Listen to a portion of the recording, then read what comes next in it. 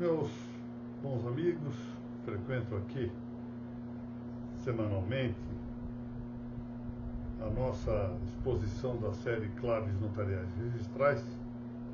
A minha saudação, que estendo também a presidente da ANOREG do Paraná, a professora Mariana Podzenato Martins, e a coordenadora acadêmica dessa mesma entidade, a professora estimada amiga Mônica Dallavec.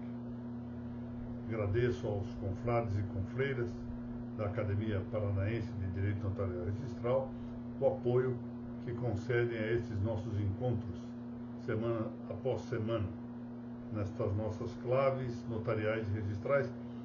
Eu estou aqui cuidando do tema das fontes do direito notarial registral.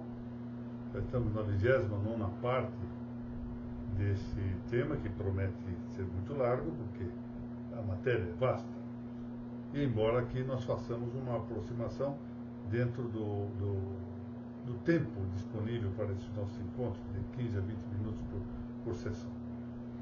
Estamos cuidando do costume, e no âmbito dessas referências ao tema do costume como fonte do direito notarial registral, eu havia prometido, isso ficou indicado na exposição na semana anterior ao Carnaval, que falaria algo acerca do tema costume na obra de Santo Tomás de Aquino, a principal obra de Santo Tomás, que é a Suma de Teologia.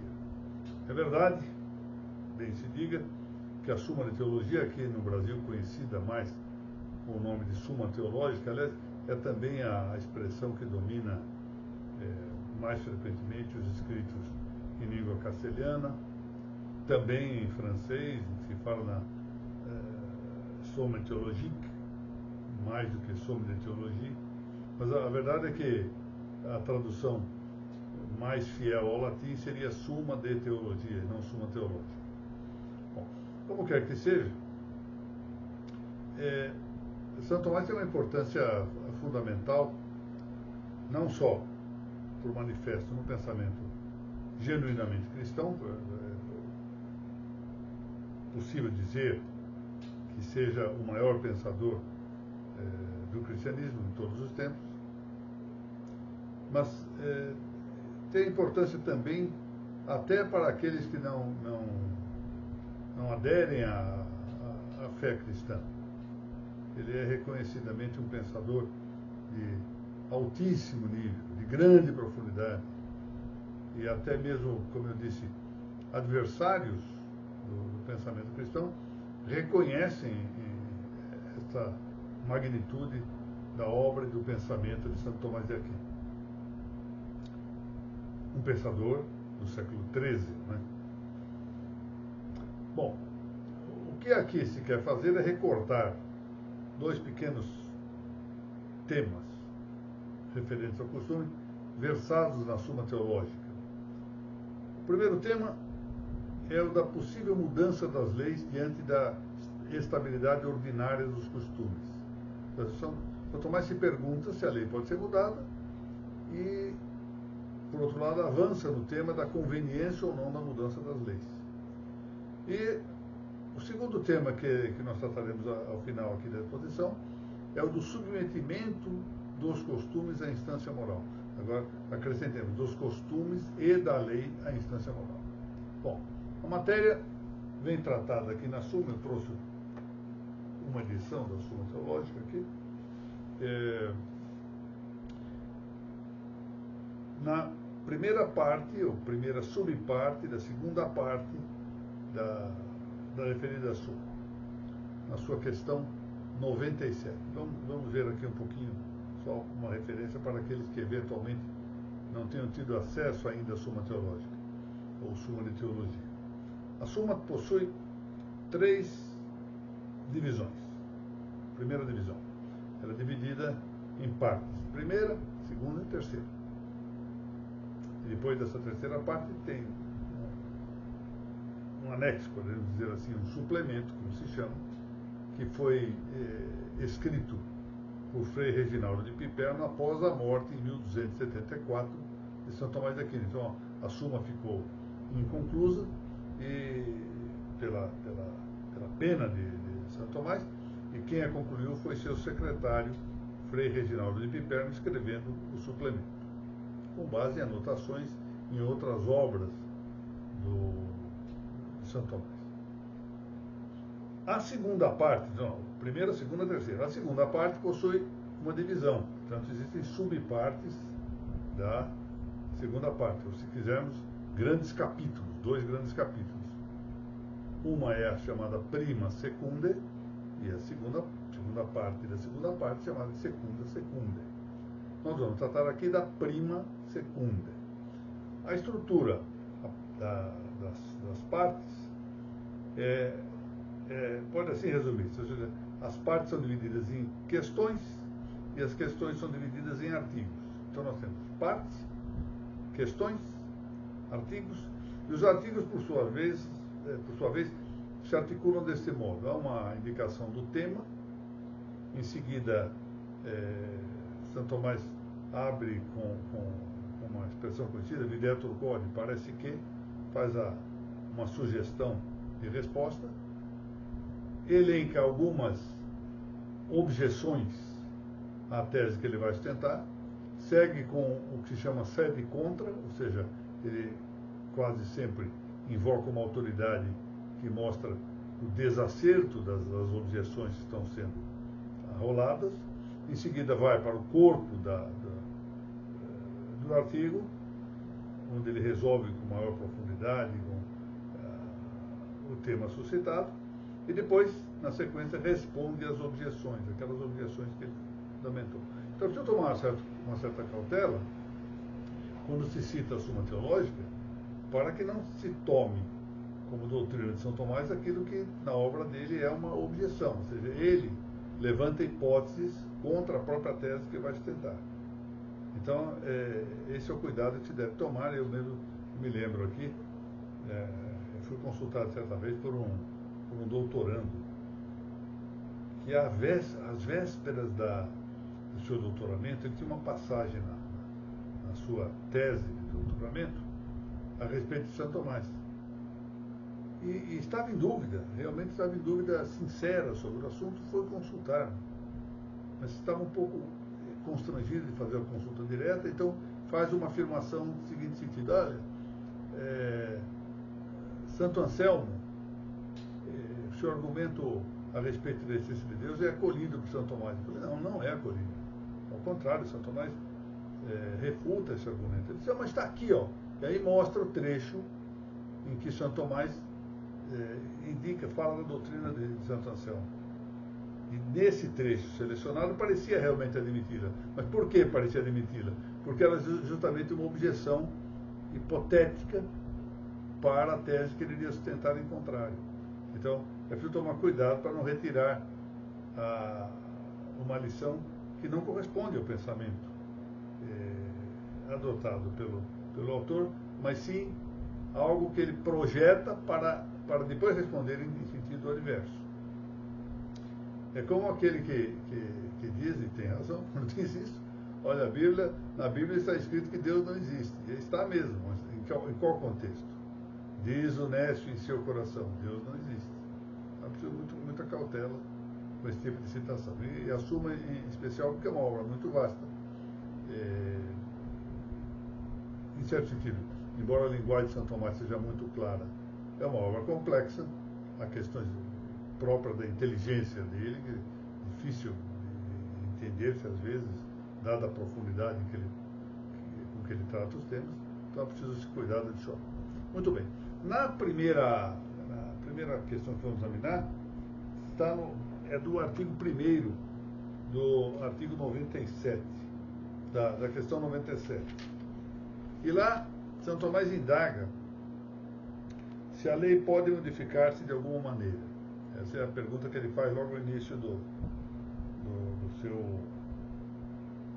seu artigo, da questão 97, da prima secunda.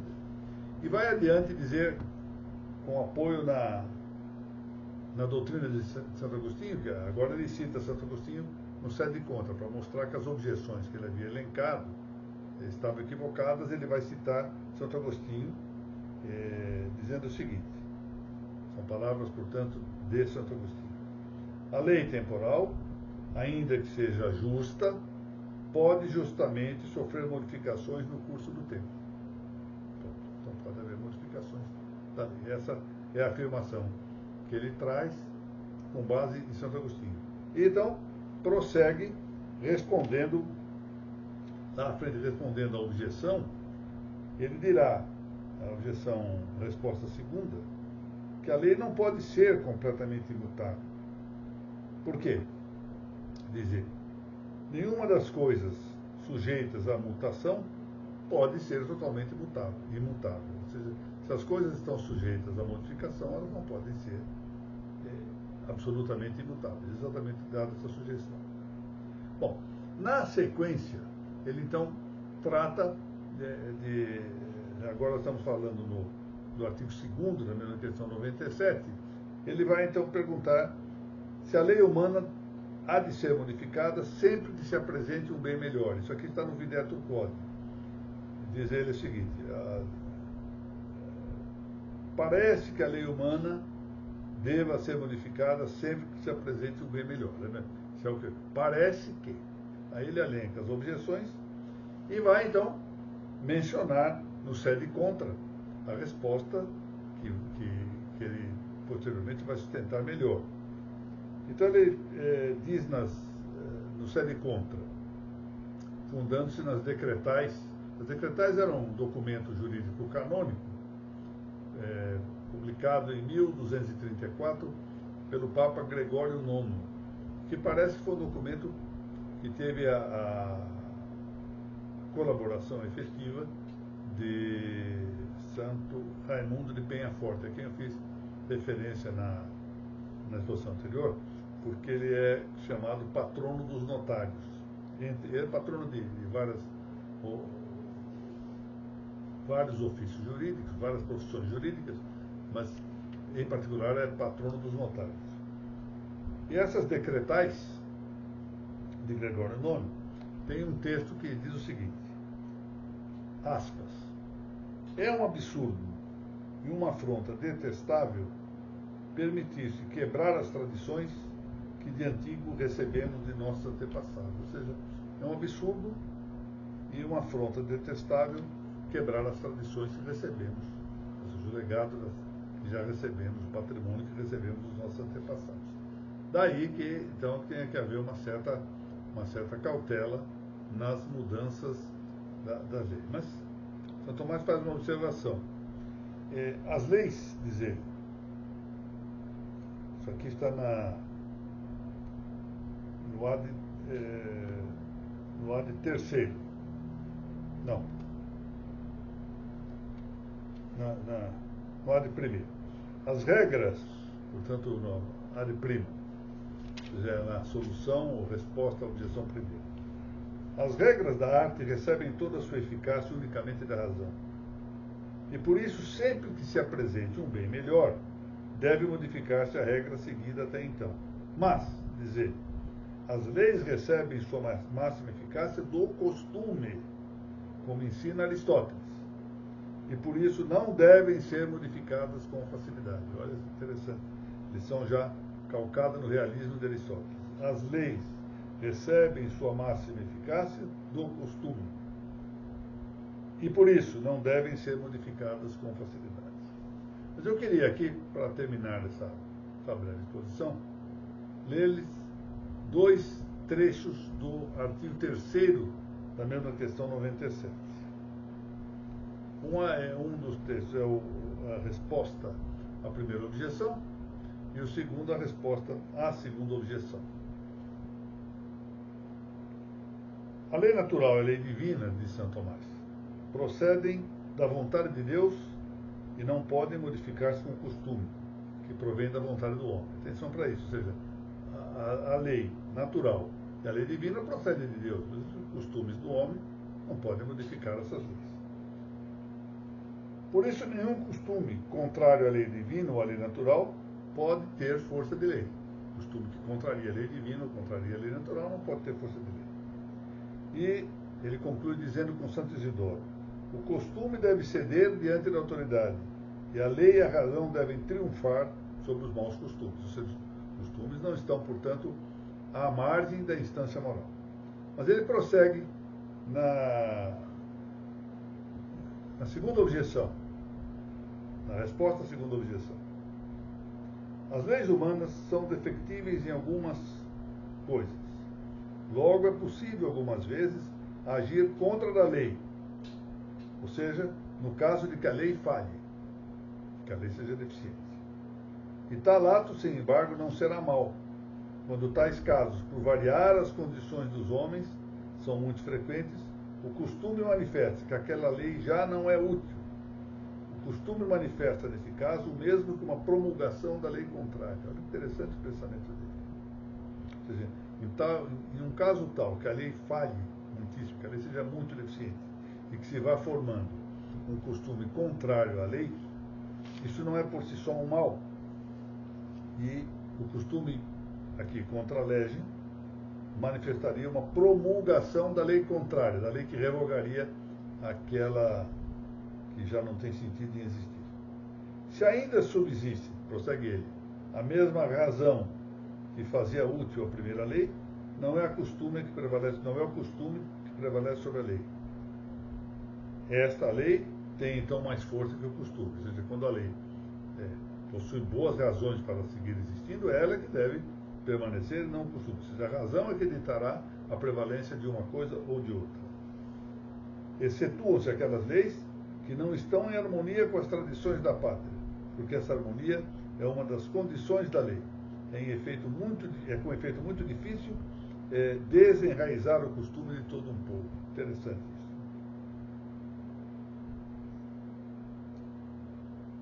Bom, e basicamente é isto. No texto escrito que eu remeterei à consideração de todos, lá que será publicado na página da academia, ou da Noreg, eu faço ainda outras citações pertinentes ao texto. Por agora, para não ultrapassarmos muito o tempo normal dessas nossas exposições, ficamos com essas brevíssimas referências, mas que mostram a sabedoria de Santo Tomás. Examina com vistas, portanto, superiores, com a consideração também da lei divina, da lei natural, a relação entre costume e lei, sem deixar levar-se, seja pela tópica, a lei sempre prevalece contra os costumes, quanto também não se deixando levar pela tópica adversa, pela tópica avessa, o costume sempre prevalece contra a lei. Menos ainda que todo costume seja por si próprio um bem. Então, é comum naqueles que dizem que o povo sempre acerta, a opinião pública sempre está certa. Muito bem, vamos prosseguindo. Esse assunto é assunto difícil, não é um assunto complexo, mas vamos ainda prosseguir a respeito deste ponto particular das fontes do direito notarial registral. Eu agradeço mais uma vez a audiência a esta nossa exposição, bem como a nossa Academia Paranaense de Direito Notarial Registral e a Noreg do Paraná. Lembrando que, ao princípio de abril, eu devo, para muita honra e alegria minha, comparecer a Curitiba para uma cerimônia da nossa academia, da Escola Judicial do Paraná e da Faculdade de Direito da Universidade de Coimbra. Muito obrigado a todos e até a semana que vem, se Deus assim permitir.